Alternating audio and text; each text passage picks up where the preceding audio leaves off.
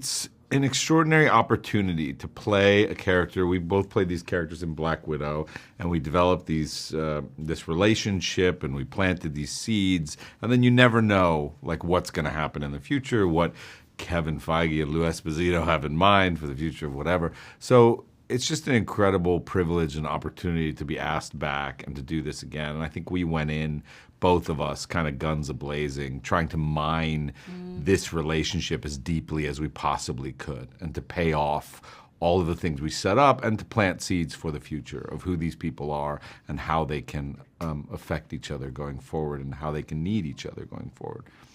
I think also just on top of that, Jake really wanted this movie to be a film that anybody could watch without having watched any other characters' backstory movies.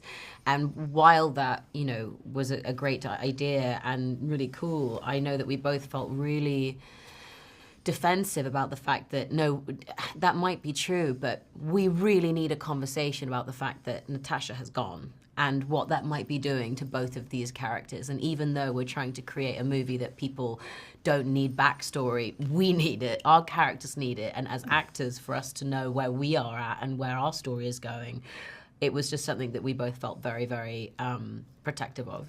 Alexi, it's me, open up. Milena? Hold on! Elena! Hi, Dad. Her state of mind is a very dark one. She isn't doing well. She doesn't know really what she's here for anymore. Since the last time we saw her in Hawkeye, she is now fully processing and is dealing with the grief and the loss of her sister. And she doesn't really have much color anymore. She doesn't really know why she's here, and nothing gives her joy. And we kind of see her asking those questions to her dad. After a year of not seeing each other, we see her really trying to fumble and figure out how she can make herself want to wake up in the morning. And it's something that we watch and we all can recognize as someone that needs help. And it's through the movie and through her opening up and her being there for people that she actually begins to feel that love for life again. There is something wrong with me. In emptiness, I'm just drifting, and I don't have purpose. I thought throwing myself into work was the answer. From the events of Black Widow, he's sort of on an upswing at the end of that movie, and he is not on an upswing now. He's not in a good place. He has a limo business, which is not thriving. He thought he would come to Washington, D.C., and literally be embraced by the American government as perhaps the next savior of America, and it didn't turn out that way. He's living in a studio apartment with a crappy limo business, barely making ends meet, not talking to his daughter. Though. What? It's a great smoke machine for the real thing. No, he not even talking to his daughter because he is unable to process the guilt around Natasha's death. He's unable to process what it means to be a dad to her or what he has to offer her. I think he's lying to himself in many different ways and desperately clinging to some former glory. And so that's where we find him. And it's a great place to start because it means that he has a tremendous journey to go on should he choose to accept it. And luckily in this movie he does. Sorry about the wait. It was an important call. Highly classified. Lot of work. Many irons in fire. You feel fulfilled? Oh, yeah. Yeah, so full. So filled. But why do you ask this? What brings you here? Oh, that they make so many mistakes. And they hate themselves.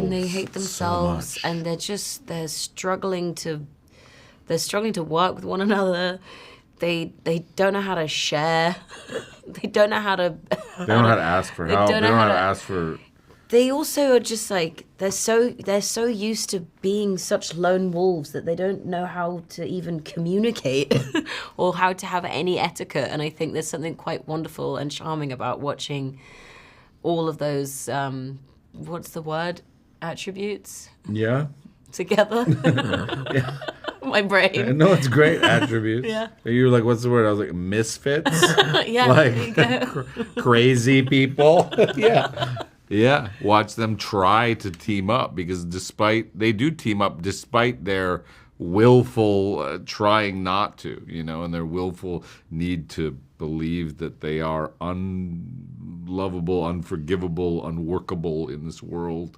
They do wind up coming together.